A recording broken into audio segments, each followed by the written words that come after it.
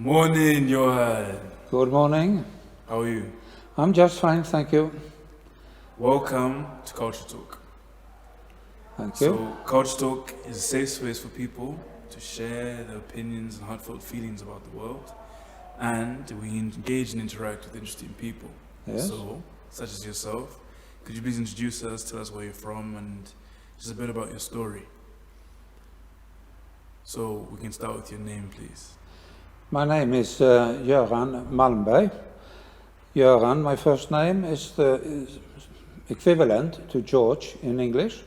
Okay. And Malmberg, it's not that common name in Sweden, but it's common in its construction.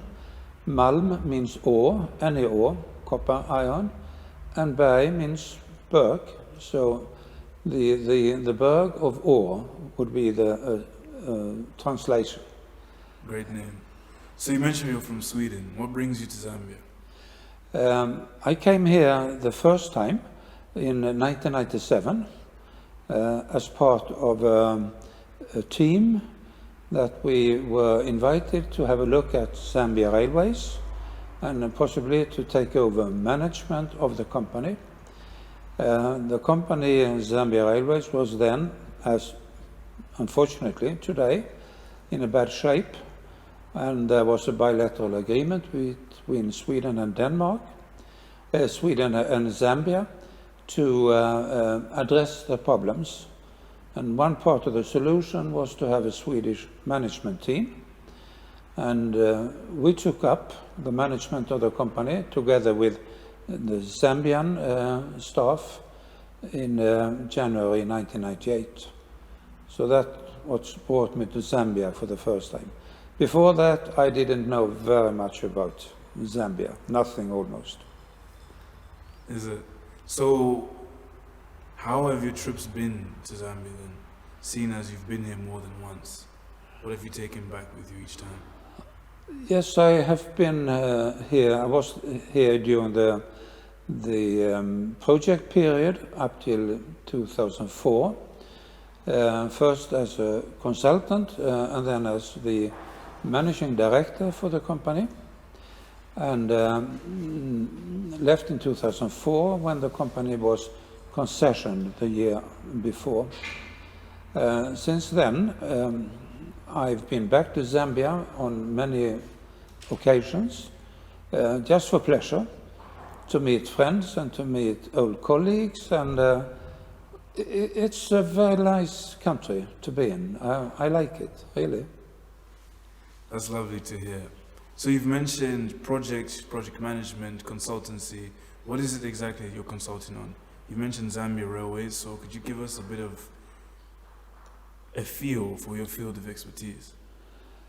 I've never worked as a consultant before coming here, but I think what brought me here and the reason I was invited to the project team was my experience from Swedish Railways, where I was employed for almost 12 years, first in the ferry division, so the ferries between Sweden and Denmark, Sweden and Germany, and Sweden and Poland. From there, I was transferred to the capital, Stockholm, and worked as the manager for the all international freight services of Swedish Railways for a couple of years, and then I was transferred to Brussels in Belgium, and setting up a Swedish Railways office there to follow what was happening in Europe, European Union, environmental issues and policy issues. So that's my railway background, which I think then, as I said, brought me to Zambia.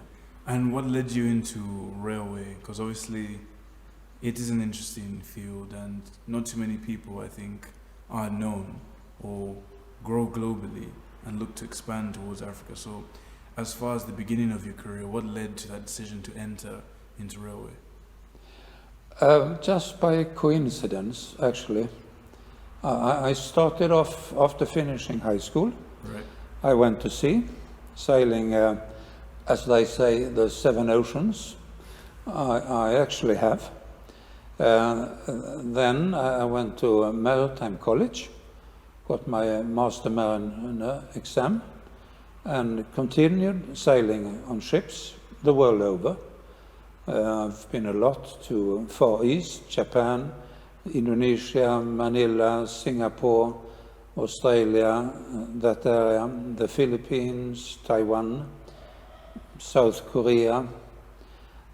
Spent quite some time sailing between west coast of Canada, Vancouver, and Vancouver Island, to Japan with timber from Canada to Japan, back and forth, like a tram service. I've been on a ship sailing, loading in the Mexican Gulf, Houston, Galveston, New Orleans, Mobile, Tampa, those ports. And then that was the time the Suez Canal was closed, so we sailed around around Africa, Cape of Good Hope, over the Indian Ocean, and then to Penang and Singapore and that area, Taiwan, Japan, then across the Pacific Ocean, through the Panama Canal, and back to the Mexican Gulf. So around the globe service. So that was one part of my sea career. Have you noticed any significant changes since leaving the seafaring industry, or should I say expanding or diversifying your portfolio? Would you say that when you were in the process, sailing as it were, it differs from what it is now? It differs quite a lot, especially from a Swedish European point of view. There are not very many ships manned by European crews, at least not from Scandinavia or from Western Europe. I think more than half of all seafarers today are from the Philippines. So that's a big change, the crewing of ships. Another big change is the speed of things. There are giant ships loading cars, say in Japan or in China. They load some 6,000-7,000 cars, huge ships. That only takes about 24 hours to load. Then they sail to Europe, 35 days, 24 hours offloading, and then back.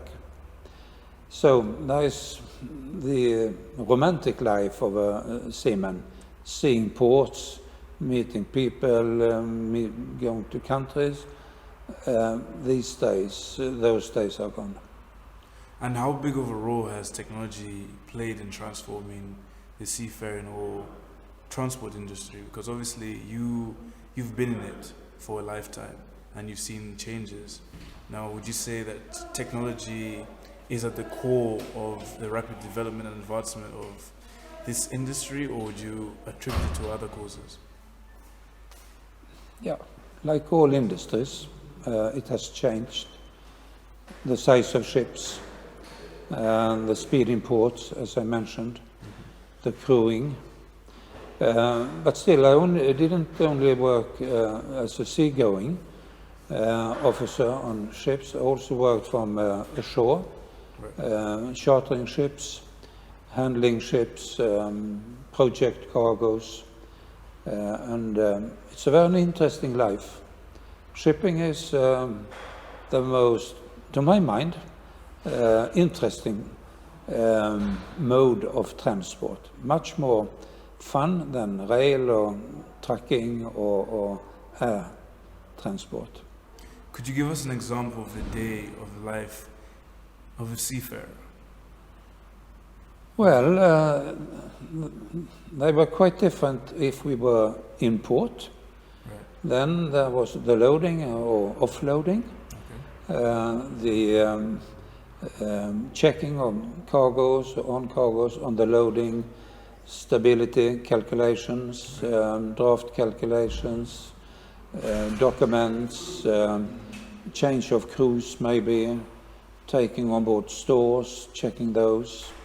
There could be a seaman being sick, needed treatment or things like that, import. Quite hectic days.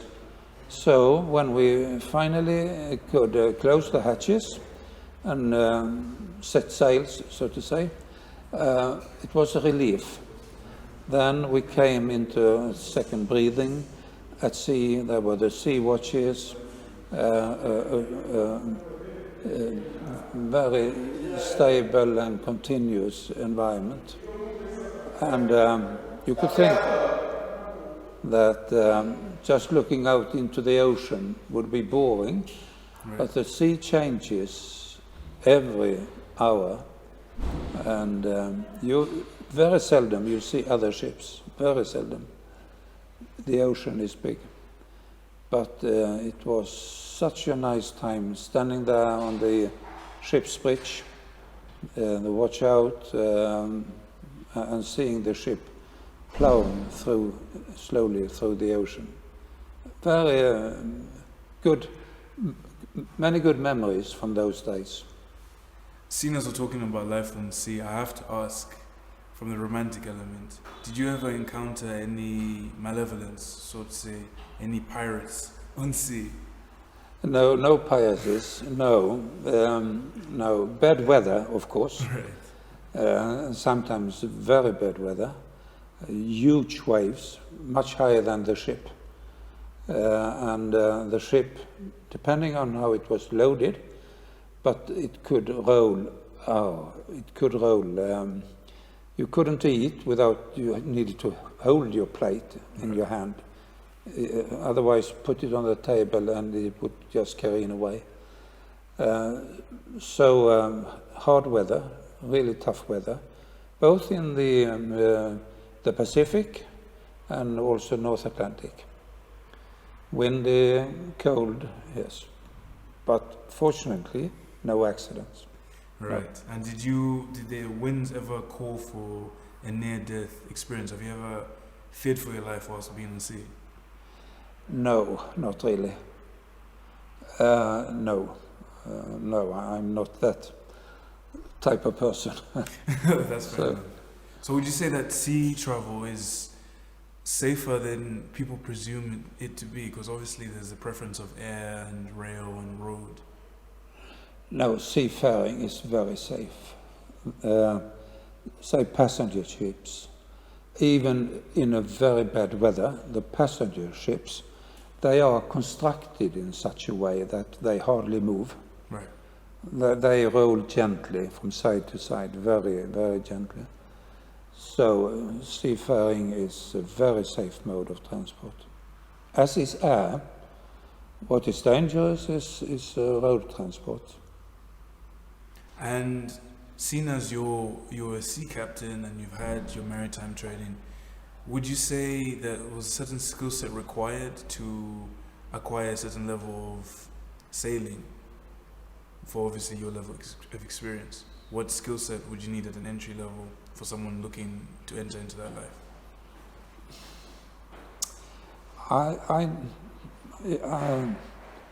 There are two skills, if you call it. There's the professional skills, to load a ship, to unload a ship, calculate stability,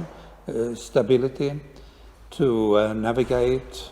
In those days when I was sailing, we had no GPS.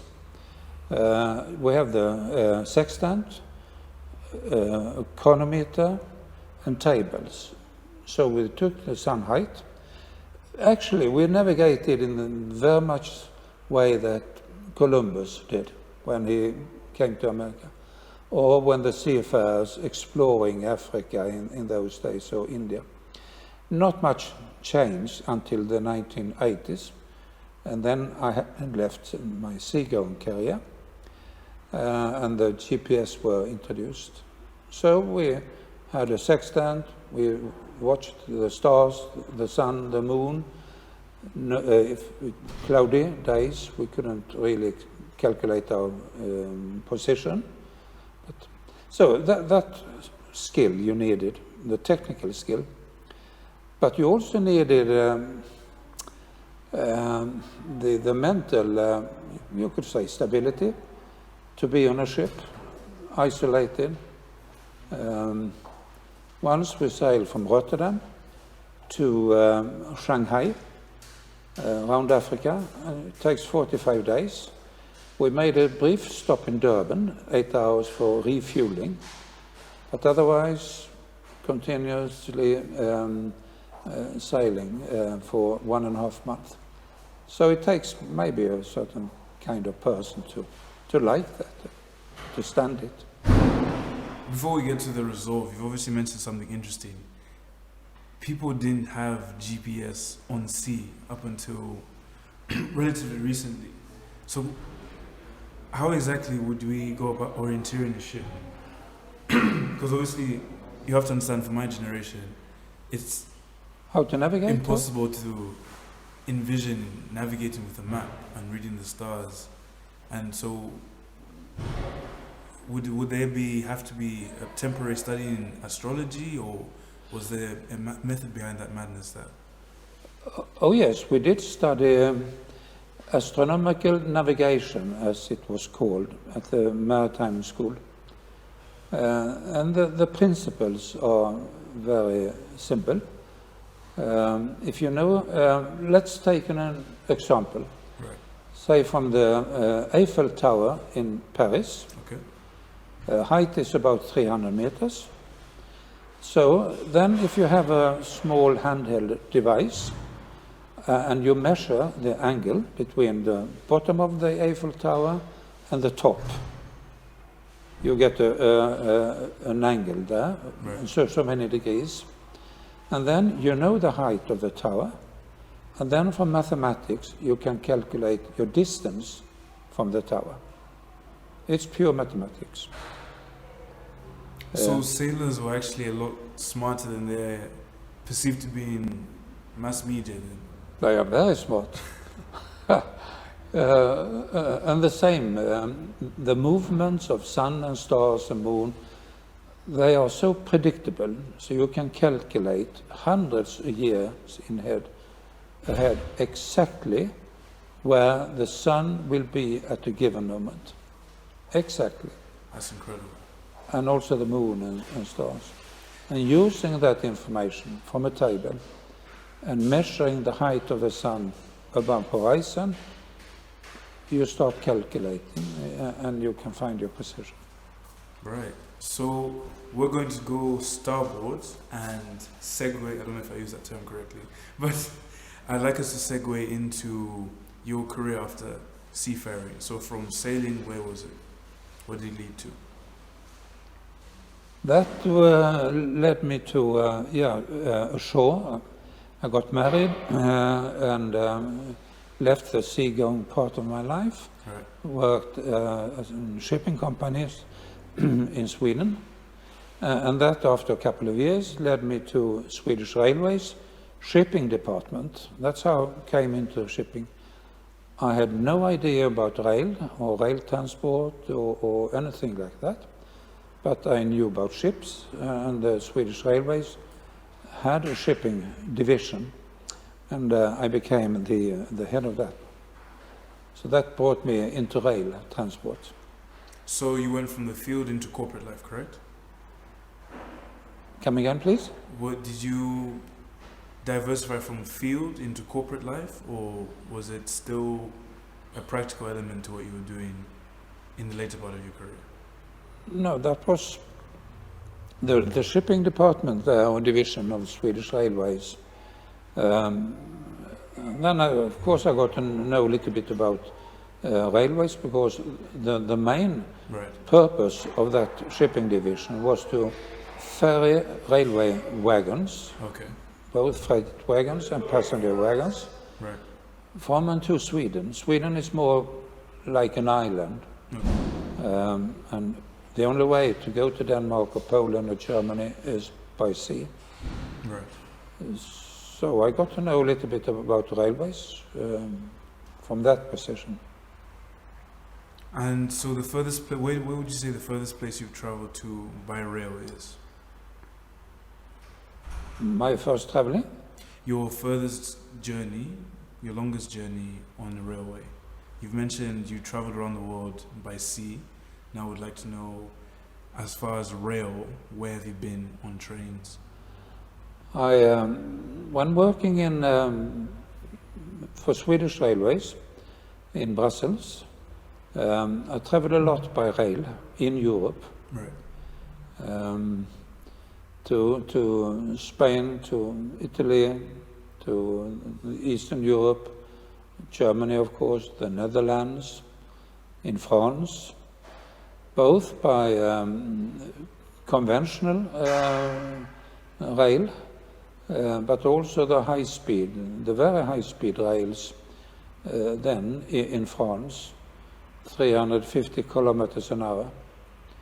So it was quite amazing. At one part, going to Paris, there was a motorway running parallel to the railway line.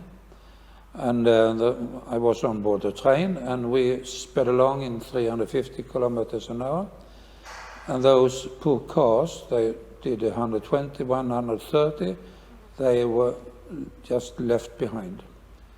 Quite an experience to see a train going that fast.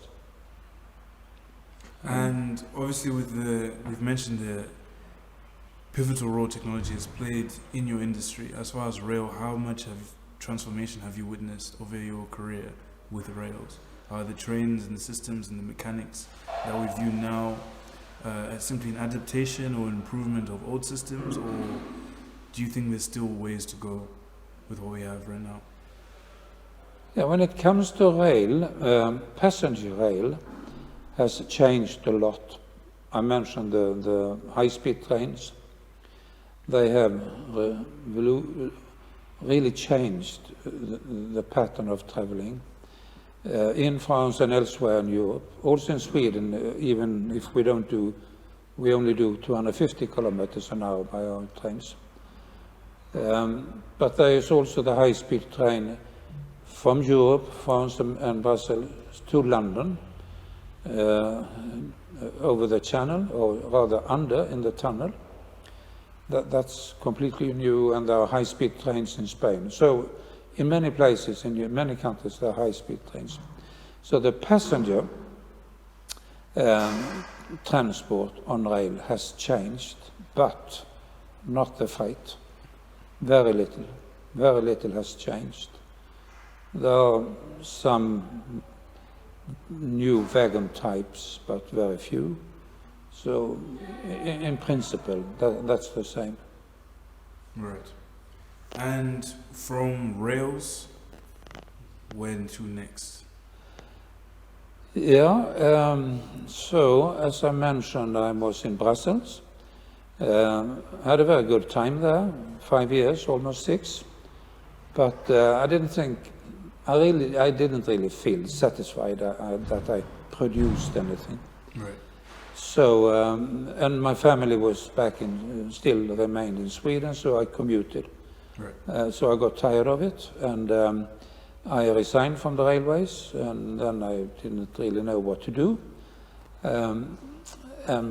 But then I heard from a friend that there was a small freight forwarding company in Malmö, an old one, but small, that possibly could be for sale. So I went to the mother company and asked if that is true and if we could make a deal, which we did. And so that is my wife and I, she has since then passed away, but we bought the company. But before that, we also had some, which we had bought over the years, some residential properties in Malmö. So we were already in the business, but now with the freight forwarding company, we really started a new journey. I knew about transport. My wife was a teacher. She knew nothing about that. But at the same time, I got this consultancy task assignment in Zambia. So I worked both in parallel. Commuting, family was still in Sweden. I was here in Zambia, commuted back and forth, did business, remote control of the company in Sweden, and quite hectic, but it worked out. How would you say striking a work-life balance has been for you over the course of your career? Come again, please. How difficult has it been to strike a healthy work-life balance for you as a working man? You have to strike a balance in life. You have to have an understanding wife, interested in what you are doing, and also participating in what you are doing. I think that's a necessity. Otherwise, it won't work. But also yourself, you have to keep a balance between work and free time. Not always working, that's no good. Take time to step back, sit down, reflect, and not try to run around too quickly. It won't work. You will burn yourself. So, as you look back on your career, would there be any words of advice to your younger self if you could start over again? Do you think you'd follow the same steps, or would you change the story? No, actually I wouldn't. I think I have been very fortunate. I've been healthy all my life, never a day off sick.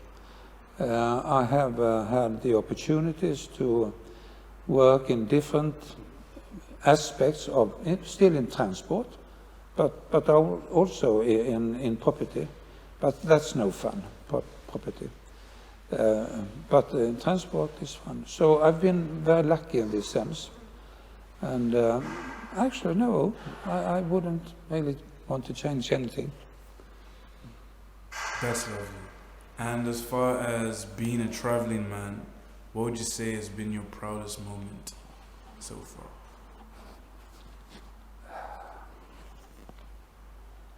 It's nice traveling.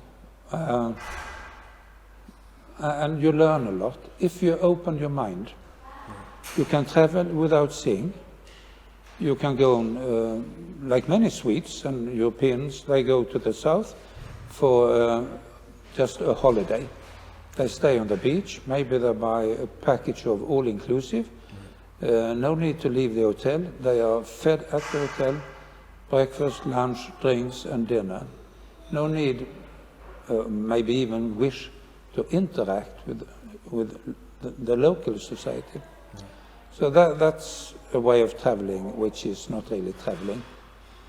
But if you travel in another dimension with an open mind, it's very rewarding, and it's very easy here and elsewhere to get in touch with people and talk to people and interact with people. I would say most people, very much most people, are very friendly. Right. If you approach them with respect and an open mind.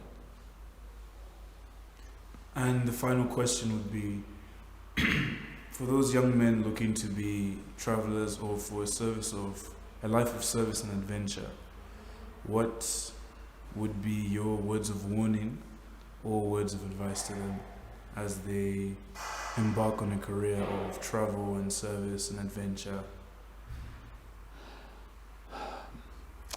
I think traveling without a purpose is not really fun.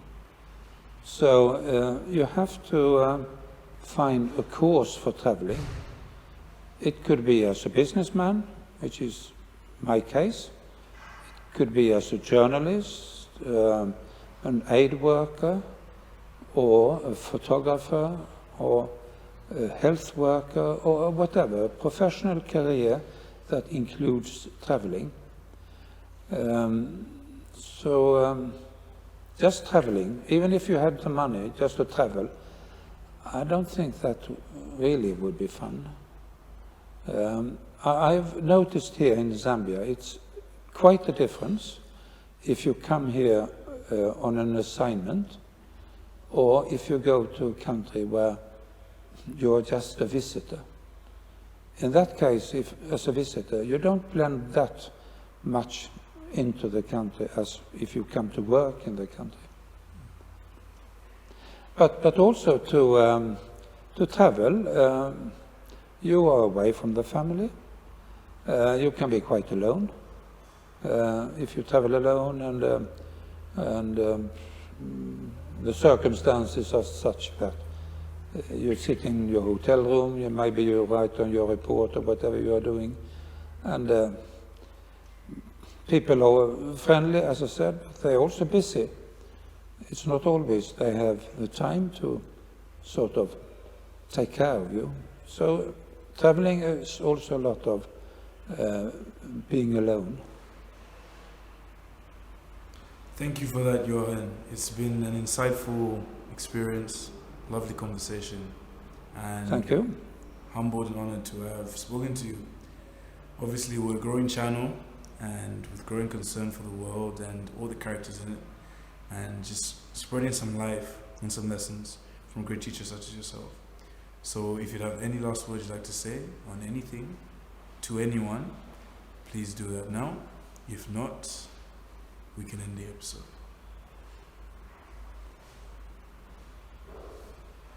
All right. Thank you, and that is us out.